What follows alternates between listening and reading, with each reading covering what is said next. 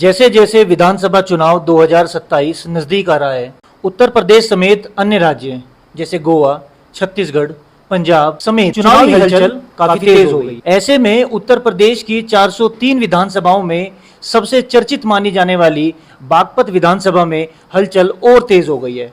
और इसी चुनावी हलचल पर चर्चा करने के लिए हमारे साथ आज जुड़ चुके हैं चेयरमैन सहकारी गन्ना विकास समिति ठाकुर प्रदीप सिंह जी। ठाकुर साहब, सबसे पहले आपका बहुत बहुत स्वागत है अक्षय जंक्शन पर। धन्यवाद अक्षय जी, और आपके सभी दर्शकों का भी बहुत बहुत धन्यवाद। मैं आपको इसलिए धन्यवाद करना चाहूंगा कि आज सोमवार का दिन है, एक वर्ड है 24/7। वैसे तो जब मैं आपके कार्यालय की बात करता हूं तो यहाँ पर सोमवार से लेकर यानी कि 7 दिन की जब मैं बात करता हूँ, समस्याएं सुनने के लिए आप सदैव तत्पर रहते हैं। लेकिन मैं सुबह आपके पास में इंटरव्यू का समय लेने के लिए आया, अगर मैं सही अंदाजा लगा पा रहा हूँ, करीबन 200 सवा 200 के आसपास ये पूरा हॉल खचाखच लोगों से और किसानों से भरा हुआ था। और ठाकुर साहब, अभी जब मैंने इंटरव्यू शुरू करने से पहले मैं आपके रूम में जब एंटर किया तो आप उस वक्त लंच कर रहे थे और समय हो रखा था 4 बजे। 4 बजे लंच का क्या टाइम है? ये दोपहर का टाइम नहीं है, ये रात का टाइम नहीं है, इस पर क्या कहना चाहेंगे आप? मेरे लिए लंच से भी ज़्यादा जो मेरे पास मेरे अपने लोग मेरे विश्वास पर पहुंचते हैं, मुझे सबसे ज़्यादा ये होता है कि सबसे पहले मैं उनका काम करूं। किसी भी स्तर पर जाकर अगर मैं प्रयास करके उनकी समस्या का समाधान कर पाऊँ, उनके चेहरे पे मुस्कान ला पाऊँ, तो मैं समझता हूँ मेरे लंच से भी ज़्यादा उनकी मुस्कान मेरे लिए ज़्यादा अच्छी होगी।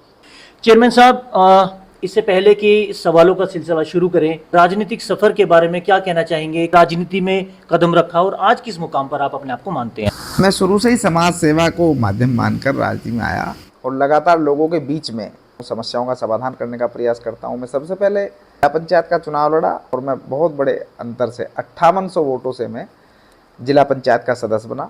बागपत के सांसद रहे डॉक्टर सत्यपाल सिंह, मुंबई के पूर्व पुलिस कमिश्नर, पूर्व केंद्रीय मंत्री, उनके साथ मुझे बागपत में काम करने का मौका मिला। उन्होंने मुझे अपना प्रतिनिधि बनाया और लगभग 7 वर्षों तक मैं लगातार सांसद प्रतिनिधि के रूप में मैंने कार्य किया। मैंने गन्ना विकास समिति बागपत का चुनाव लड़ा। सबके आशीर्वाद से, योगी जी के आशीर्वाद से मुझे यहाँ आज गन्ना समिति के अध्यक्ष बनने का मौका प्राप्त हुआ। बतौर चेयरमैन तो आपके लिए प्राथमिकताएं क्या होती है? किस चीज को आप प्रायोरिटी पे रखते हैं? अरे किसान लोग हैं, उन्हें जो उनके पास में गन्ने की पर्चियां सीजन पे पहुंचनी चाहिए तो वो समय पे पहुंचें। जो बहुत अच्छी आज सुविधा है कि सब कुछ कंप्यूटराइज सिस्टम है, ऑनलाइन है, समय पे पर्चियां पहुंचने का काम होता है और उन्हें उनके गन्ने का भुगतान समय पे हो। बहुत सारे क्रय केंद्र हैं जो अभी भी हमारे यहाँ, जो हमारी बागपत शुगर मिल है वो बहुत पुरानी शुगर मिल थी, जर्जर अवस्था में है, और हमारे यहाँ का बहुत सारा गन्ना बाहर दूसरे मिलों पे जाता है, उनके क्रय केंद्र लगे हुए हैं, जहाँ की पेमेंट की समस्या वहाँ किसानों के लिए बहुत ज़्यादा होती है। तो जब मैं चेयरमैन बना तो मुझे लगा कि ये बहुत बड़ी अपने आप में समस्या है कि हमारे यहाँ का जो शुगर मिल है उसका बहुत शानदार पेमेंट है, समय पे गन्ने का भुगतान होता है। बाहर 1-2 शुगर मिल ऐसी फंसी हुई हैं जहाँ पे हमारे किसान का गन्ना जाता है और पेमेंट समय पे नहीं होता। तो सबसे पहले हमारा कार्य था कि किसी भी स्तर पे जाके हमारे बागपत शुगर मिल की क्षमता दोगुनी हो, जिससे हमारा गन्ना बाहर ना जाके हमारा गन्ना हमारे बागपत शुगर मिल पर पहुँचे और वहाँ उनका भुगतान जैसे यहाँ के क्षेत्र के लोगों का हो रहा, उन सब लोगों का भुगतान समय पे हो। तो पर्ची समय पर पहुंचे और भुगतान समय पर हो, इससे अच्छी बात क्या हो सकती है। आदरणीय मुख्यमंत्री जी ने इस क्षेत्र के लोगों की, हमारी सबकी बात सुन के मैं धन्यवाद देना चाहूँगा आदरणीय योगी जी को कि क्षमता वृद्धि को दोगुना करने का काम किया और उसका बजट स्वीकृत करने का काम किया और आज टेंडर प्रक्रिया में है। उपलब्धि इस क्षेत्र के लिए है कि आज जो हमारा गन्ना इधर उधर जा रहा था, वो जब हमारा गन्ने का शुगर मिल बागपत यहाँ पे क्षमता दोगुनी हो जाएगी तो सब लोगों को कहीं गन्ना इधर उधर नहीं पहुंचाने की जरूरत, सब लोग यहीं पे गन्ना डालेंगे। आप अपनी प्री प्लानिंग करके चलते हैं और किसानों के समाधान के लिए प्राथमिकताएं के साथ साथ सबसे ज्यादा आने वाली समस्याएं किसानों की क्या है, कैसे आप उसका निस्तारण करते हो? 17/10/24 जी एक कार्यक्रम हुआ था शपथ ग्रहण का जी, और उस दिन यहाँ हजारों की संख्या में काफी लोग आए थे जी।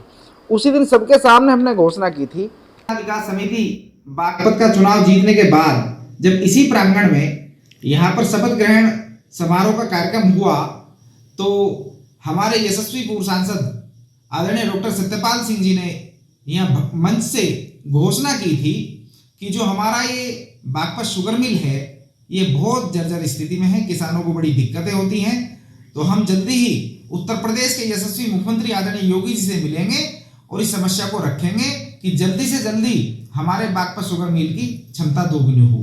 तो मैं और आदरणीय सांसद जी योगी जी से मिले, उन्होंने आश्वासन दिया कि आपके शुगर मिल को इस बार क्षमता उसकी दोगुनी करेंगे और आज उसका परिणाम ये है कि बागपत शुगर मिल की दोगुनी क्षमता के लिए बजट भी स्वीकृत हो गया है और टेंडर प्रक्रिया में है। हमने सोचा था कि सबसे पहले हमारा कार्य होगा कि किसी भी स्तर पर जाके मुख्यमंत्री से मिले, हम दिल्ली मिले, लखनऊ मिले, जाके मुख्यमंत्री जी ने आशीर्वाद दिया। देखो बागपत शुगर मिल, पहले हमारे यहाँ बागपत में ही रमाला शुगर मिल जी, उसका भी आदरणीय योगी जी ने दोहरीकरण किया था और अब बागपत का भी हमारे यहाँ कितना अच्छा, किसानों ने बड़ी खुशी की लहर हुई उस टाइम जब ये घोषणा हुई कि बागपत शुगर मिल भी अब दोगुनी क्षमता से चलेगा।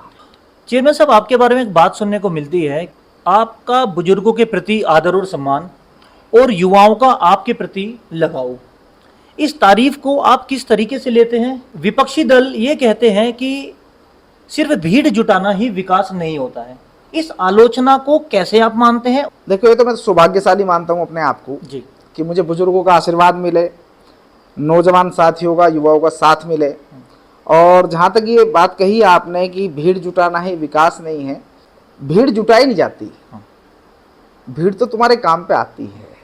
जब तुम लोगों के लिए 24 घंटे खड़े रहोगे, जब लोगों की समस्याओं का समाधान करने का प्रयास करोगे, उनका सम्मान करोगे, तो उन्हें बुलाने की जरूरत नहीं है जी। वो समझेंगे कि आज हमें कहाँ जाना है, कहाँ पहुँचना है।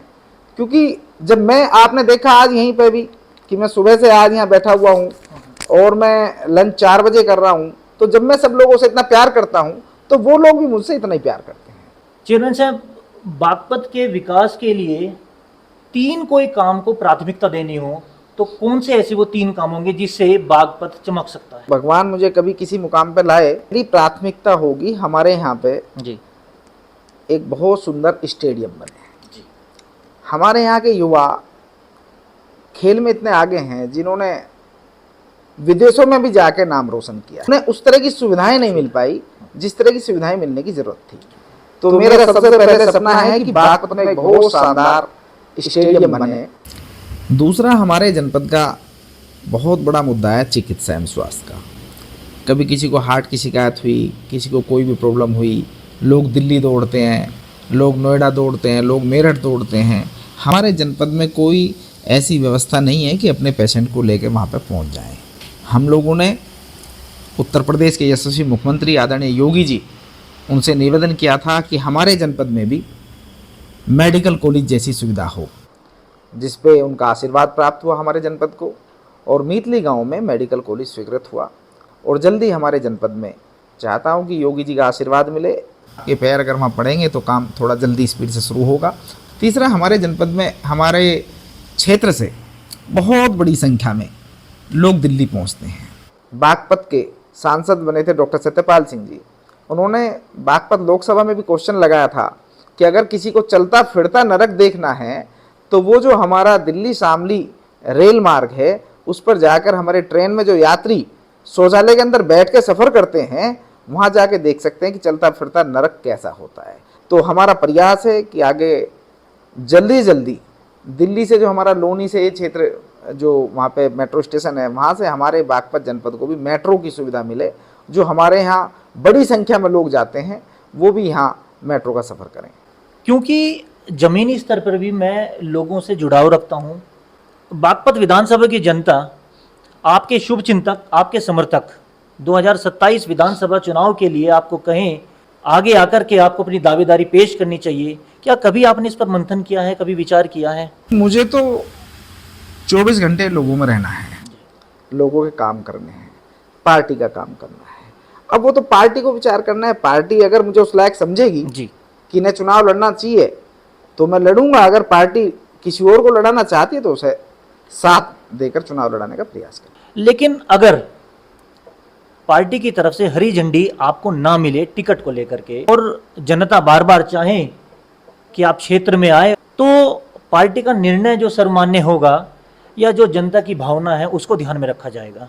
देखो अक्षय भाई, जनता की भावनाओं को देखकर ही पार्टी निर्णय लेती है, जनता के माहौल को देखकर पार्टी निर्णय लेती है और पार्टी का निर्णय सर्वमान्य होता है। पार्टी के बिना कुछ भी नहीं है। हमारी पार्टी में पार्टी के जो शीर्ष नेतृत्व है उनका निर्णय ही अंतिम निर्णय होता है। पार्टी अगर हमें उस योग्य समझेगी, हमें चुनाव लड़ाएगी तो हम लड़ेंगे।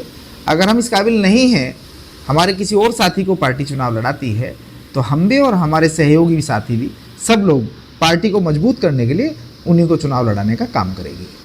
चेयरमैन साहब, नीट मुद्दा पिछले करीबन 1 महीने से जंतर मंतर पर नीट का मुद्दा उबाल मारे हुआ था और अंततः शिक्षा मंत्री धर्मेंद्र प्रधान जी को इस्तीफा देना पड़ा। आप इस मुद्दे को कैसे देखते हैं कि किसी मंत्री का इस्तीफा देना अपने आप में पर्याप्त होता है या फिर उस चाहे शिक्षा समेत कोई भी वो क्षेत्र है उसमें सुधार की गुंजाइश से भी काम चलाया जा सकता है? सुधार के लिए काम हो रहा है। आपने देखा भी होगा, प्रधानमंत्री जी ने तुरंत बैठक बुलाई जी और कितना कड़ा संदेश दिया जी जी और स्पष्ट शब्दों में कहा कि जिन्होंने भी पेपर लीक में जो भी शामिल है वो बख्शा नहीं जाएगा। जी, उसमें फास्ट ट्रैक क्योंकि कोर्ट बच्चों का के बिल्कुल प्रावधान बिल्कुल है। और बच्चों के भविष्य का मामला है, हमारे युवाओं के भविष्य का मामला है, उससे कोई भी खिलवाड़ करे ये बिल्कुल बर्दाश्त। मॉनेटरी जो पनिशमेंट है करीबन 10 करोड़ रुपए की सजा है, 10 साल हाँ, की वो सजा सारा है। बताया जी, उन्होंने, जी, तो जी। उसमें बिल्कुल किसी भी तरह की उसमें कोई गुंजाइश नहीं है।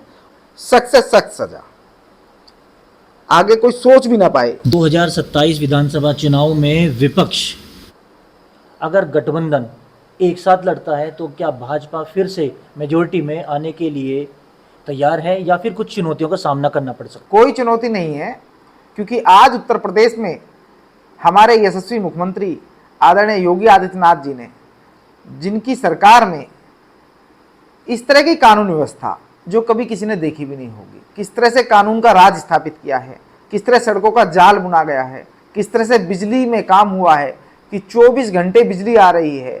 ट्रांसफार्मर फूक जाते थे, 3-3 महीने ट्रांसफार्मर नहीं आते थे, आज 24 घंटे के अंदर ट्रांसफार्मर आने का काम होता है। पहले ट्रांसफार्मर लाने के लिए भी चंदा इकट्ठा होता था गांव में, 2-2 महीने तक इंतजार करते थे, तब जाके बिजली आती थी। आज किसानों के लिए ट्यूबवेल पे बिजली फ्री कर दी गई।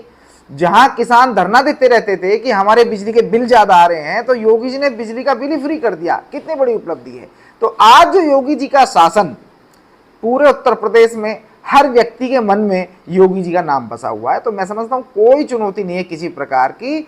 जो हमारी पहले सीटें आई थी उनसे कहीं ज्यादा सीटें उत्तर प्रदेश में योगी जी के नेतृत्व में इस बार आने का काम होगा। कहीं ना कहीं यानी कि जो समाजवादी पार्टी है और समाजवादी पार्टी के जो मुखिया अखिलेश यादव है उसको आप दरकिनार कर रहे हैं कहीं ना कहीं। हालात तो यही है जी, लेकिन क्योंकि हर चीज की अपनी गरिमा होती है, बाउंड्री होती है, लिमिटेशन होती है, समय की सीमा, और आपको भी निकलना है। तो आखिरी सवाल मेरा आपसे ये रहेगा कि आपके जो समर्थक हैं, आपके जो शुभचिंतक हैं, वो सभी इस वीडियो को अगर देख रहे हैं उनके लिए क्या संदेश आप देना चाहेंगे? मैं केवल ये कहना चाहूँगा कि जो मेरे बड़े बुजुर्ग हैं वो मुझे जिस तरह से पहले से प्यार देते आए हैं, आशीर्वाद देते आए हैं, उसी तरीके से मुझे आशीर्वाद दें, प्यार दें। और जो मेरे नौजवान साथी हैं, मेरा युवा वर्ग है, जो मेरी कहीं भी कोई छोटी सी कमजोरियों से बहुत मजबूती से मुझे उभार देता है, बहुत बड़ा साहस देता है, वो इस तरह से मुझे साहस देते रहें। इस तरह से कदम मिला के मेरी ताकत बन के, प्रदीप ठाकुर बन के काम करने का काम करें, यही मैं उनसे कहना चाहूँगा। चेयरमैन साहब, एक फायर रैपिड राउंड मैंने रखा हुआ है। फायर रैपिड राउंड में 2 ऑप्शन मैं आपको दूंगा जी। उसमें से तुरंत आपको एक ऑप्शन चुनना है। राजनीति या समाज सेवा? समाज सेवा। किसान या कुर्सी? किसान ही हम तो, कुर्सी तो ऐसी है, भागर नसीब का खेल है। जी जी जी, किसान जब आपके साथ हैं तो कुर्सी दूर नहीं है। 2027 की तैयारी, हाँ या ना? तैयारी तो सब करते ही हैं। बागपत की सबसे बड़ी समस्या? मैंने बताया था अभी, चिकित्सा। सबसे बड़ी ताकत? जनता का आशीर्वाद। चाय या कॉफी? चाय कॉफी कुछ भी पसंद नहीं करता। चेयरमैन साहब, बिल्कुल आखिरी सवाल आपसे मैं पूछना चाह रहा हूं कि अगर आज की बातचीत के इस वीडियो का टाइटल मैं रखता हूं 2027 की तैयारी शुरू, इस टाइटल को आप चेंज कराना चाहेंगे, एज इट इज रखवाना चाहेंगे? 2027 की शुरू तो ये कि कोई आज से शुरुआत कर रहा है। देखो, हमें कोई 2027 की शुरुआत नहीं करनी है। हम तो पार्टी के कार्यकर्ता हैं, पार्टी के लिए कार्य करते हैं, पार्टी के लिए ही कार्य करते रहेंगे। हमारे लिए कोई 2026 2027 नहीं है। हम तो जब से आए हैं समाज सेवा में आए हैं और समाज सेवा करते चले जा रहे हैं। चेयरमैन साहब, बहुत बहुत धन्यवाद। बहुत बिजी रूटीन आपका रहता है और इस पूरे रूटीन में आपने समय दिया, आपने अपने विचार रखे और हर सवाल का आपने जवाब दिया है। दोस्तों, अगर आपको ये वीडियो पसंद आई है तो लाइक कीजिए और कमेंट में अपने सुझाव जरूर दीजिएगा।